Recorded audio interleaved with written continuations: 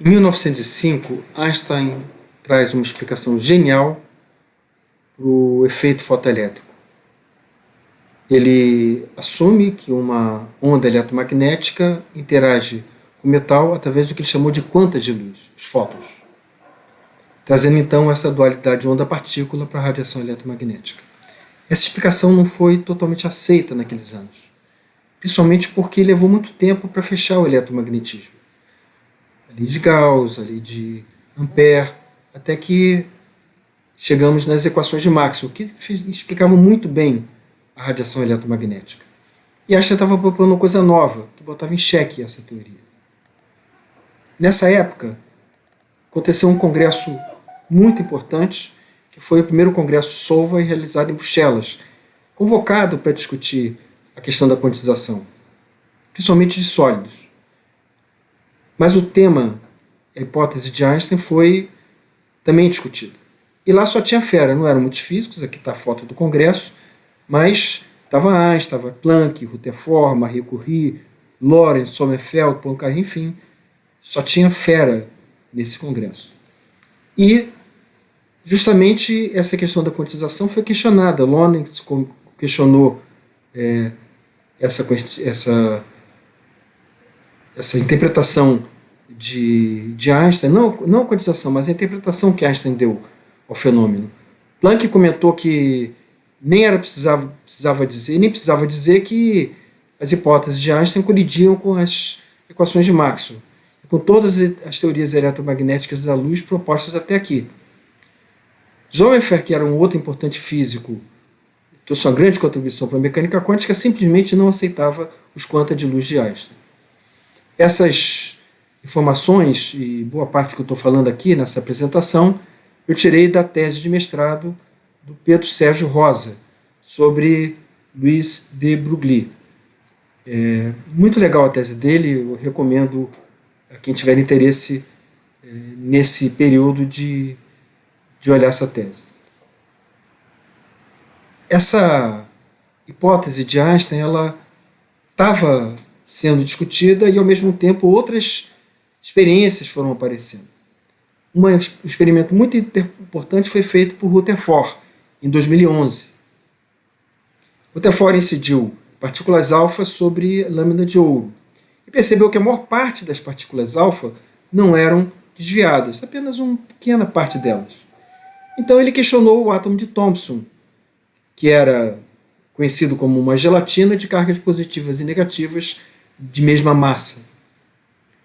Rutherford falou que provavelmente existia uma partícula de carga positiva pesada, que era o núcleo, e o resto do espaço ocupado por elétrons, por isso que você tinha poucas partículas alfa desviadas. Os elétrons teriam uma massa muito pequena.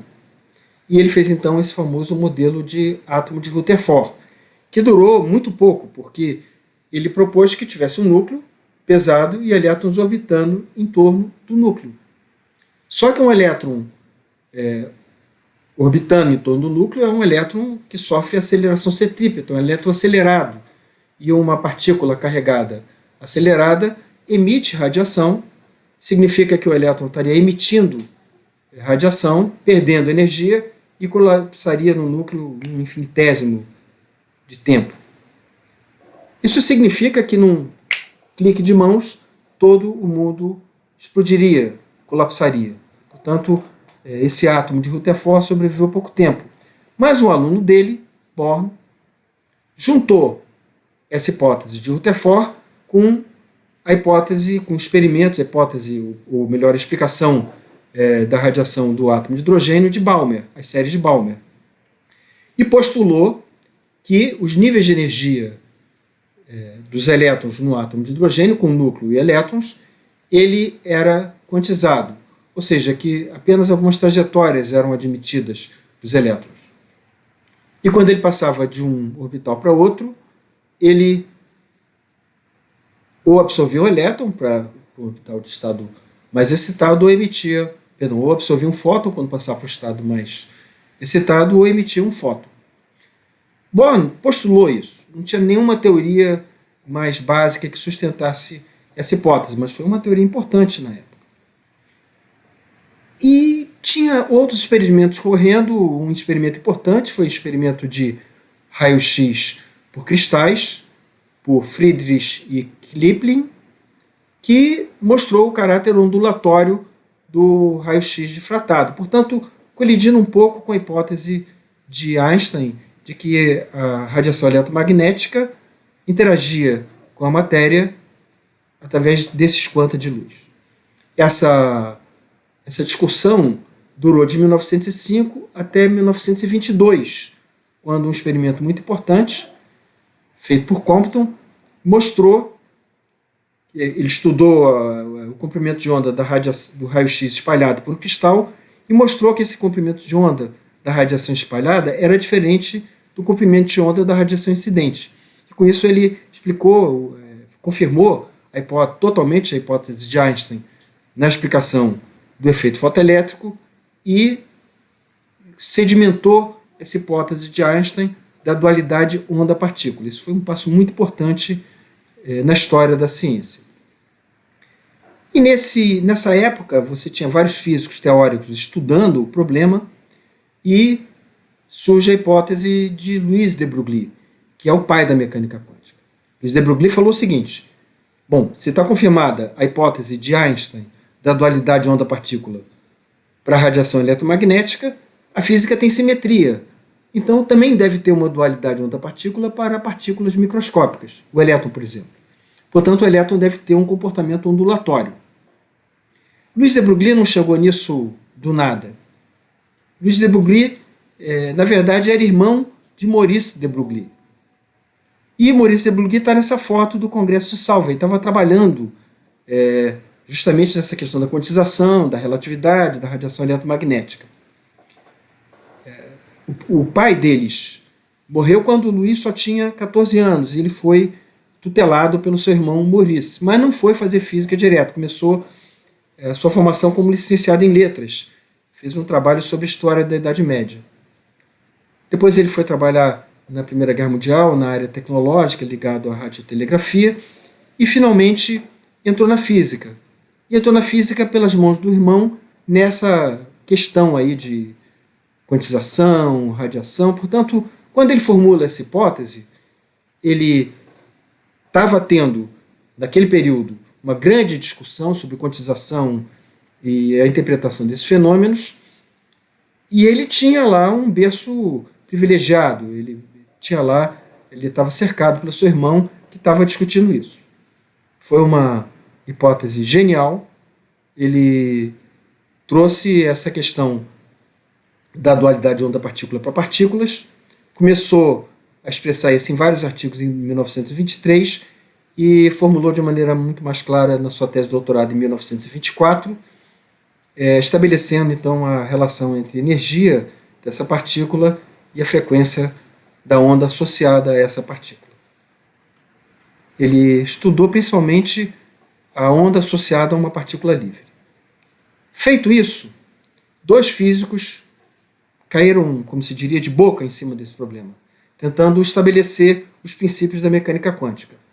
Um deles foi Heisenberg, que formulou a teoria quântica de uma forma matricial, que nós não vamos utilizar nesse curso, e o outro foi Schrödinger, que, menos de um ano depois, formulou a famosa equação de Schrödinger, e que eu coloquei aqui para uma partícula em uma dimensão,